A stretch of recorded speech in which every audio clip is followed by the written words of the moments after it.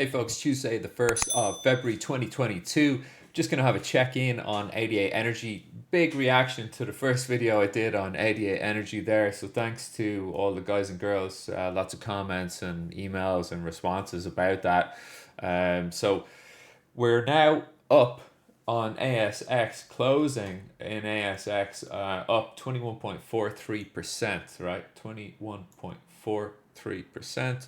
We've got a picture of that. Well, we don't need a picture of it this morning, but just kind of indicative. What price is that indicative of on the US session? Well, that's easy to figure out, but really, what I want to talk about here is, contextually, where are we in this trade, right? So we're gonna, before I go over to the chart, right? So the schedule is they're starting to this drilling campaign on the Merlin One, and they're going to be looking to strike oil essentially now over this 4 week period.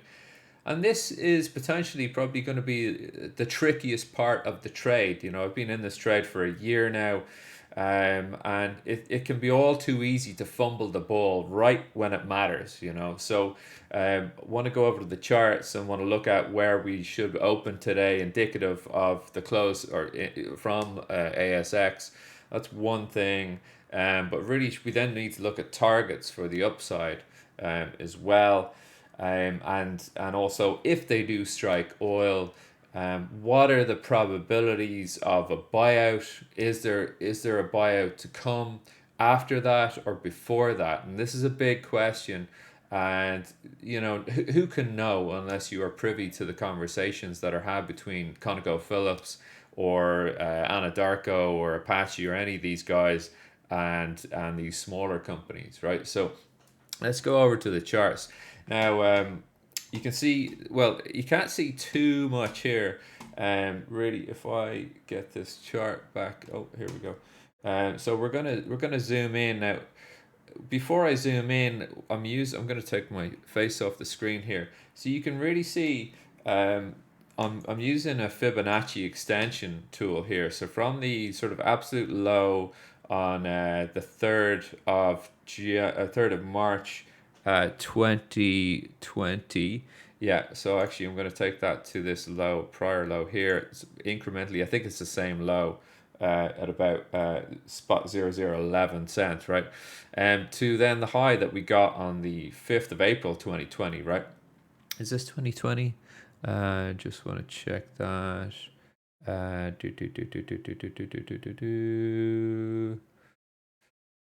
think this is 2020 here, or 20. Sorry, this is 2020. Uh, is that right? Yeah. So pushing up, pulling back here. So then from this low, then we have our Fibonacci extension tool, right? And this plots for us. The Fibonacci figures that we should hit on the way up. Now, for me, from using this tool for quite a few years, really, when I see bullish activity, I want the most recent significant swing low to then the following significant swing high, and then to the bottom, to the trough of the resulting swing low, right? A little bit of Wyckoff theory here, but you don't need to know about Wyckoff theory to apply any of this. And that gives us some levels here. If I just kind of change set color for all curves, it's like something like purple here, or yellow might be a bit easier. It makes it easier to see here, right? So the indicative price that we should be hitting now, we've already, if I zoom in now, but I just want you to see this 23%, right? Then 38.2, then 50, then the 618, which is a little bit thicker than the most here, right? So I'm just going to zoom in on trade here, right? I'm going to make this a little taller so we can see what's going on. I'm not going to go to logarithmic at this time. So you can see here at this point, and maybe it's not so clear. Let me just change the color here to something like a red, right? And make everything a little bit like thicker. Okay. It's not gone thicker. Anyway, you can see here that really on the 20th of January, we came up into this 23.6 fib, and we pull back to pretty much to the tick here, right? And we pull back, and now on yesterday's trade, quite well bid up yesterday, 14% up on the session yesterday in the US. We were closed up 5% on ASX yesterday. Coming into then the session, we opened at 5% on the US, and then we bid on up to close at 14% up on the US session. Okay, so that's yesterday's trade. Now, what's the price in ASX per share? It's 0.051, right? Aussie dollar, right? 0.051. So if we exchange that to US dollars, that gives us 0.3612. Now, 0.3612, you could say, well, there's a little discrepancy here because we're trading 0.0328 on the close yesterday, whereas ASX is actually would be indicative of a US dollar price of 0.36. So there's an extra decimal here in the pricing on this exchange, right? But you can kind of translate this price if you basically just or divide up or add another zero in here, right? Okay, so it's indicative that we are going to open up at the point 0.036124, so 0.036124, and that is going to 0.61, right? So that's indicative of an open here, right? So we'll just kind of color this green, okay, and done, right?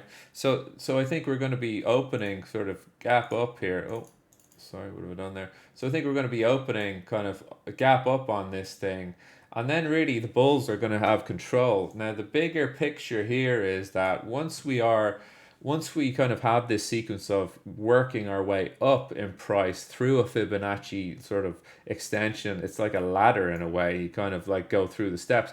The next stop up is 0.0457 is the next stop for price here in this Fibonacci movement. Okay, so this is a very, very, very technical look at the market. This is how your technicians would be giving you your trades, and you see this on investing.com, significant resistance support, blah blah blah at these levels, and so that's it. 0.457s, but I mean we do have a ways to go. We have to take out some of these prior levels, like the high that we had here on the was it the 4th of August, and then that's at 0.411s. Coming back a little bit here, we've also got a price level. I think I'm going to take that 0.365s off. I'm going to remove that one. And so, just to be aware of this, now moving on to a conversation about what happens, there's other Fibonacci levels that we can talk about as we keep trading here. But ultimately, just to finish off on this Fibonacci chat, when I'm taking swing positions and I'm kind of using a Fibonacci tool, my target to get out on these trades is always, or certainly take 50% off the table, is always the 113.8% extension. So that price is 0.11. So you're 11 cents per share there, right? And that's going to be a nice trade. Now, before we get carried away, we need to kind of come back to the conversation of what is probable in terms of the drilling campaign and buyouts. Okay, so there's kind of two scenarios on the table. Actually, there's three. The main two scenarios are they strike oil, or the strike is poor. All right, and they're going to have to rework the hole. All right, now that would be a disaster, because that means that they're going to attempt to drill. In the worst case scenario, they're going to attempt to drill. They won't be able to get wellbore stability, and they'll get flooding as they did last year. They'll get flooding of water into the annulus. Okay, so that is a bad problem. Unless the driller is going to be able to cement it in time, that's not going to be a good situation. It doesn't mean there isn't oil there. It just means it's a bit more of a trickier hole to drill. Okay, so they may need to rework the hole at a later point. If maybe they'll do it straight away. They should do it straight away. They can't put that off to next season. This is one scenario, right? And this is why Conoco and any other prospective buyers of 88 Energy or 88 Energy subsidiary and leases in this area, that's why they may want to stay on the sidelines, okay? Because they want 88 Energy and their subsidiaries to do the donkey work of tapping the reserve, having a stable well bore, all right? And then a buy is on the table, okay? The other probability out of the two main ones is that they drill the hole, they get oil flowing, they're basically, spudding in pretty much probably this week, which means they're starting they're breaking ground and they're starting to drill, right? So they drill, it's successful, and then they'll start to have reports of oil flowing from the well site. And the first people who are going to hear about this are obviously 88 management and the drilling team on the ground. The next people who are going to hear about this will be prospective buyers. Okay, and they can't hide this news for very long from the public. They do have financial responsibilities as running this company. So, a buyout opportunity will be, or a buyout offer will be put on the table if they strike oil and they have good flow, right, and a stable wellbore. A buyout opportunity or offer should be put on the table by probably the last week of the month or the first 2 weeks of March. Okay.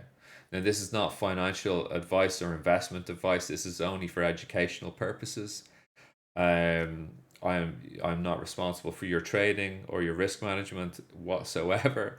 I'm just providing information on how I'm looking at this as a shareholder, okay, of 88 Energy. So they're the two core scenarios. Really, they strike oil or they don't strike oil. And if they don't strike oil, what's the second order consequence of them not striking? Well, we're going to need to hear when are they going to, well, not when, but what are they going to do differently? And then when are they going to do that to tap in? Now, I think you're going to have a seriously red day if they have trouble drilling this hole and that information comes out. I think you're going to see we could be down 70%, all right, on that sort of news. That's just my estimation. Probably indicative of trading 80 0.018s again, something like that. Maybe looking at this chart, you could be 0.015s even.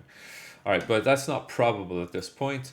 And then, if they do strike and they have a stable core, drilling well bore, then you're really going to have to start going back to the pricing sheet that we looked at in the last session. I haven't gone back to it yet. There are a couple of pieces of information that I have to update. Wetdirtkurt is probably going to update that as well. But I'll certainly have a go at it, and we'll do another video. So I'll be tracking this now over the coming four to 6 weeks, and keeping you informed of what I can see from my side. But hopefully this serves as a little bit of an update now, and you are going to see a big day up in 88 Energy today from the looks of how AXS, the Australian exchange, traded. All right, stay tuned. Please do hit to like and subscribe this video, and then you get informed about the next ones that I do and or go live with. All right, thanks for tuning in. Talk to you soon. Cheers.